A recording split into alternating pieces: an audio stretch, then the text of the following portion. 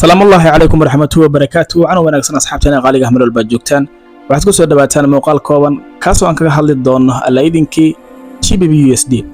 GBP USD waa tiradida inta badan bahda Birla FX ay focus ka saarto haddii fursad fiican ay leedahay.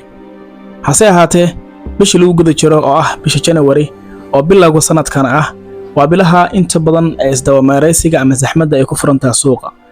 Sida inuu muuqato suuqa ha waafaqo TB-ga ama targetka rabta ha aado, hase yeeshee maanta idil waxa ku guda jira sida aragtaan isdaba-meeraysi.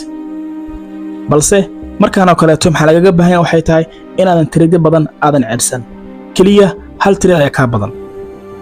Sidoo kale waqti qurux badan bila qurux badan waa ay soo socdaan, iyadoo waqti qurux badan ku soo socdo haddii bilahani zaxmadda fara badan oo akoonkaaga ku gubto waa mid aad iyo aad u xanuun badan.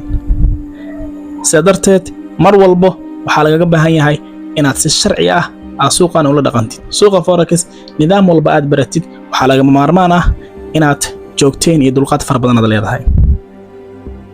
Adigoo isku filan oo wax walba garan kara ayaa muhiimadu waxay tahay in qaladaadkii ka dhacay aad dib u eegtid wixii ku hagaagay iyo wixii ka qaldamay. Sababtoo ah ma jiro ruux aan qalad ka dhacayn. Marka aad maxaa lagaga baahan yahay waxay tahay in qaladaadkaagii wiiga markuu ilaado aad dib isku ogaatid tiraadid maxaa wiigaas iga dhacay, maxaa saxay, maxaa qalday. waana jadwal leedahay, waana isxisaabin aad leedahay. Sidoo kale mar walba waxaan ku soo celcelinaa suuqani isku day in adigu aad xoog saartid, waqtiga ka faa'iideystid, cidna aadan ku tashan. waayo qof walba maanta oo isku ra'yi aad tihiin fikir wadaagi kartaan, hase yeeshee isku intiri ma noqon kartaan.